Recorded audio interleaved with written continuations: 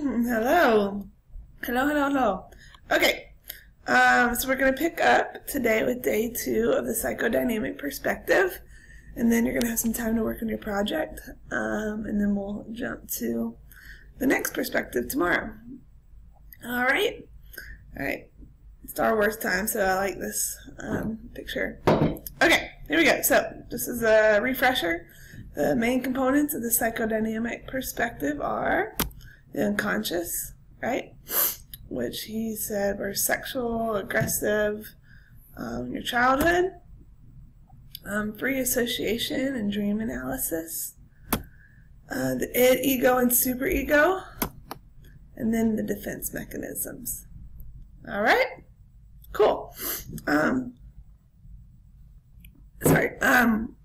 Okay, so there's another component that he started using, and then still today a little bit used, was how do you get to the unconscious then? And one way was doing this. All right, what do you think is going on in this picture? So hopefully something, I want you to tell me a story. What's going on? What led up to this? What's happening at the moment?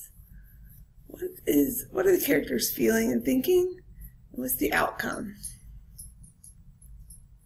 So I've heard a couple different responses to this. I've heard that her husband's sick and is dying, and she's upset. I've heard that he's an alcoholic and he's in bed again and drank himself to sleep. I've heard that he cheated on her and she found out and she's upset. Yeah. So, okay, I'm going to come out. Here's another one. All right, what's happening here? I wish I could hear your stories.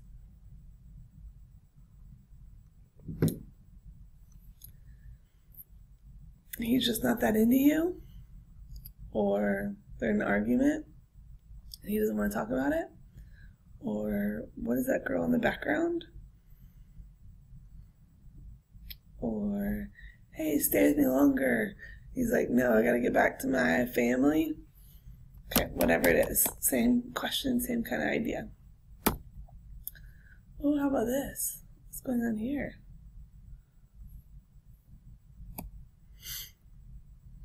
I've heard different things. They're trying to teach this little girl, read to her, but she's just not interested. She's wondering where her parents are. That's a baby that she has in her hand. It's real. Is it not real? Is the woman scolding her? Whatever just came to your mind. Okay, so what is the purpose of that? That is called the thematic apperception test, the TAT, the TAT test. And it is a projective test. Remember yesterday we talked about projection, that defense mechanism? And that is, you feel a certain way or you've got this anxiety and so you project it on somebody else, right? Like, I hate myself, but really I hate him, right? I'm going to project it on him. Well, this is a projective test, and the idea of that is that these feelings and anxiety and conflicts that you have, you are putting them on these characters.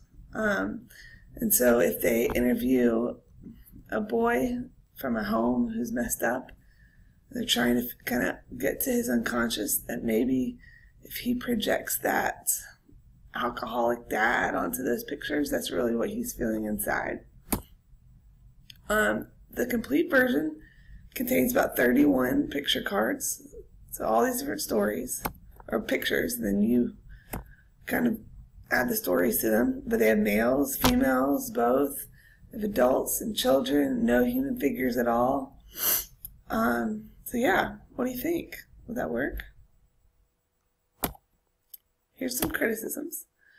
That if I'm listening to this boy respond, I might interpret him one way, whereas another psychologist might interpret him a different way. So it could be pretty subjective there. All right? Is it still used today? I kind of hinted at that. Yes, it is. Even though it's got its criticisms, it's kind of a sounding board maybe to start off with, right?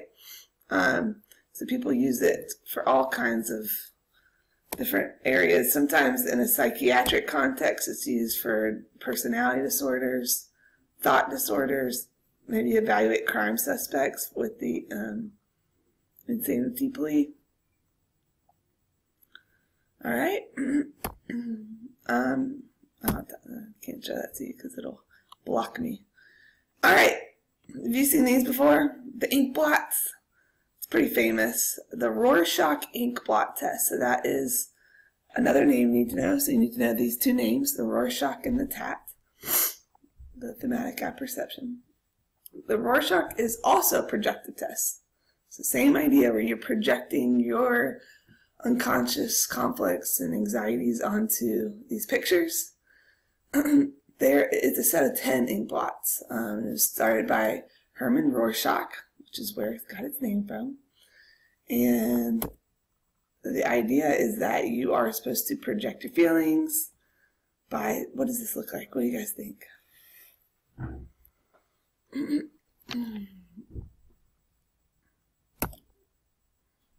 Is this a butterfly or a bat?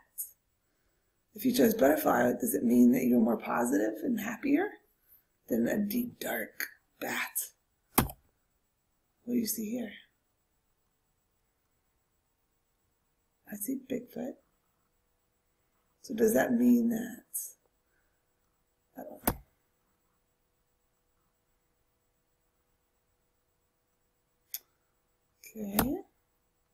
Okay, so in the end, so those are both projective tests, and they're used by the psychoanalytic perspective. Are they reliable? That's part of the question. Is there reliability to it? Are they giving consistent results here?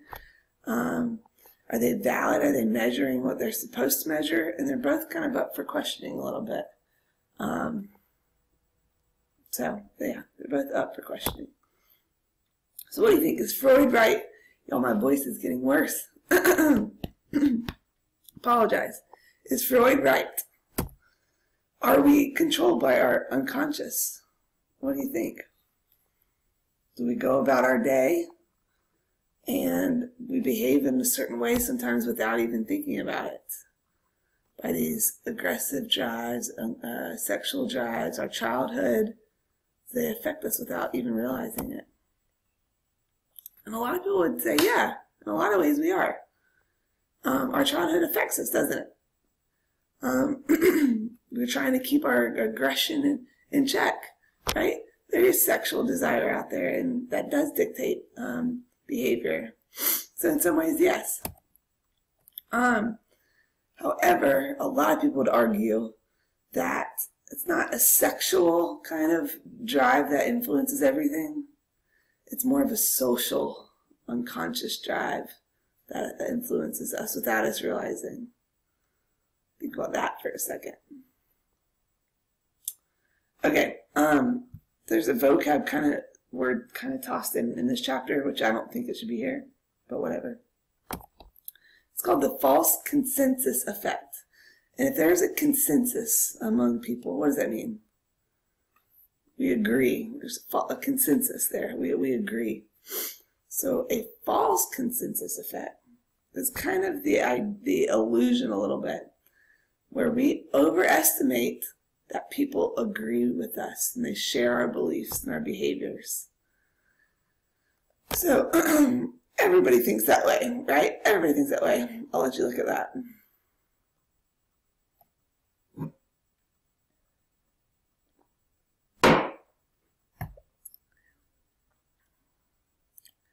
Everybody likes Chinese food, right? It's that idea that we think our belief is common. And it's kind of a prideful view, right? Here's another one. I don't know if you've ever seen some of this stuff.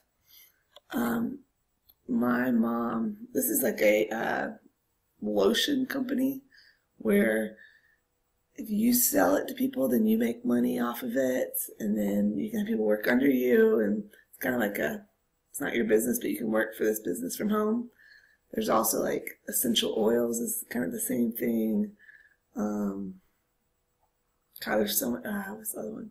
31 was a bag company.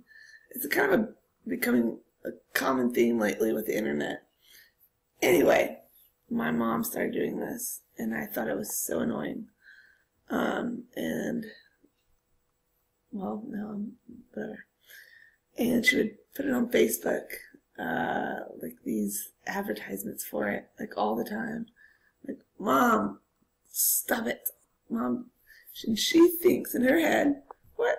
Everybody's interested. Everybody is interested. And in my head, I'm like, no, everybody thinks it's ridiculous. Stop it. I still think I'm right on that, but whatever. We both are experiencing that false consensus effect. Okay? All right, one last section. The Neo-Freudians. What does it mean to be neo? New, right? So these are the kind of the new Freudians that came afterwards, that kind of continued a lot of Freud's ideas, but changed and evolved it a little bit as well. So yeah, it says they believe some of Freud's ideas, but they rejected others. So we're going to talk just kind of real quickly about these three. Carl Jung, Alfred Adler, and Karen. It's not horny, it's horny. Remember that. It's horny. I am serious. That's the pronunciation, even though you probably don't believe me. Okay, so you kind of need to know one main idea from each of these. Yeah. All right, Carl Jung, maybe the most famous one out of these. I've also heard it pronounced Jung. Do what you want. Okay, so all three of these agreed, yes, your unconscious affects you. And I agree with that too. Your unconscious affects you, but he's going to add this idea of a collective unconscious. That's his main idea, a collective unconscious. And basically what that means is that our species as a human race, okay, that yes, I have my own unconscious that affects me, right? But things have been passed down through the unconscious of our species that we all kind of share. So they describe it a reservoir from our species past. In that we inherit almost these unconscious struggles or conflicts from our ancestors. So, for example, the one that sticks out to me is aggression, right? Aggression can be this part of this collective unconscious because our ancestors needed it, and it has been passed down. All right? He's done a lot more than that, but that's kind of his main idea. All right. Adler. Alfred Adler. All right. Agreed as well with Freud in the childhood. Your childhood really affects you. He actually struggled a little bit growing up. And so he's going to go with this childhood issue a little bit more. He's also going to say, like I was mentioning earlier, the sexual tension part that Freud put so much on is not the main part. It's more social tensions that dictate our unconscious. All right, so here's his big idea, the inferiority complex. What does it mean to be inferior? It means less than, right? Less than. So he specifically is talking about the inferiority of childhood. So what does that mean? Inferiority of childhood. That as children, we're less powerful, right? I'm sure you guys as teenagers especially get maybe rules passed down onto you that you just don't agree with, but you have to follow, or they expect you to follow because you're not an adult, right, in their minds. And so that in childhood we're inferior, and the rest of our life we are spent kind of striving to overcome that inferiority, striving for power. One way you could see this is like I'll say my family. Whenever I'm the youngest of four, right? Whenever we all get together, there's still a little bit of that childhood competition there. I thought I heard Hanley coming down. You guys can say hi to her.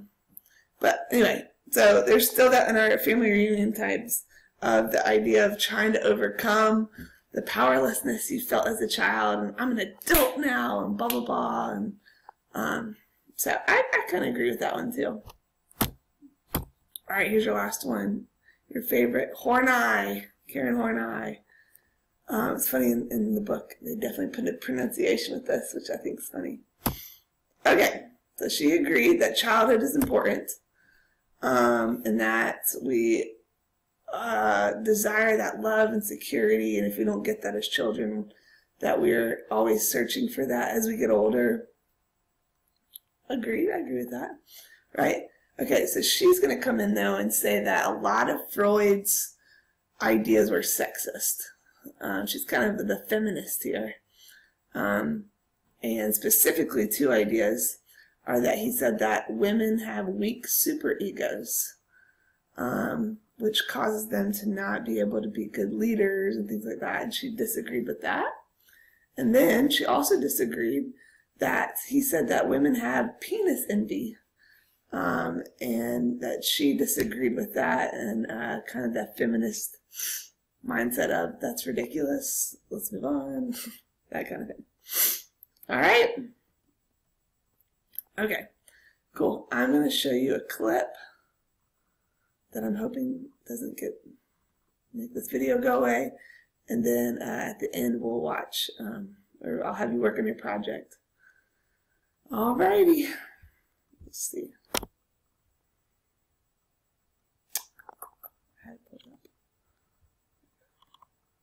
You seen The Big Bang Theory? As the former member, third, I was like a clown.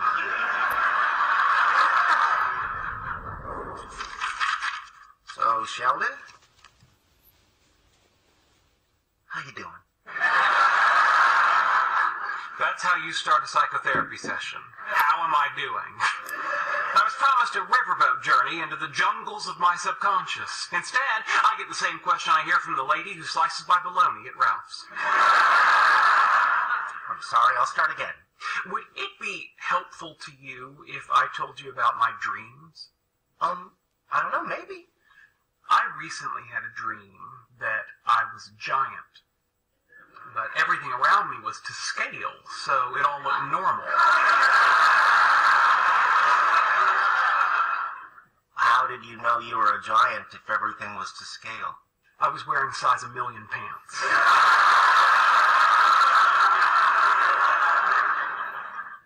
Why don't we just talk? The talking cure, classical Freudian, good choice. If it will help speed things along, my answers to the standard Rorschach ink blot test are A, a bat, B, a bat, C, a bat, and D, my father killing my mother with a hypodermic needle. Why don't I just start? Sometimes people have trouble accepting accolades if, on a subconscious level, they don't feel they deserve them. Do you think maybe that's what's happening here? Really, Leonard? You just going to try to recycle Adler's doctrine of the inferiority complex? I could probably get that from the woman at Ralph's. She'd let me taste some pieces of cheese for free. But it could be part of your problem. Let me give you an example. When I was 8, I won a ribbon at the science fair for my project, Do Lima Beans Grow Better to Classical Music? But my mother pointed out that it was just a rehash of my brother's earlier Do Lima Beans Grow Worse to Rock and Roll. I felt so guilty, I gave the ribbon back. How did that make you feel? Terrible. I worked really hard on that project. I stayed up all night singing. Okay. Alright, just a little funny humor there. Okay. So just the rest of the time you're going to work on your project. I would try and work specifically on the psychodynamic perspective and either brainstorm and get that sheet done, or go ahead and actually start on your project. typing stuff out. Alright. See ya. Let me find the off button. I can't find it. I literally can't find it. Let's see. X out of that. X out of that. X out of that. Oh, there it is. I see it.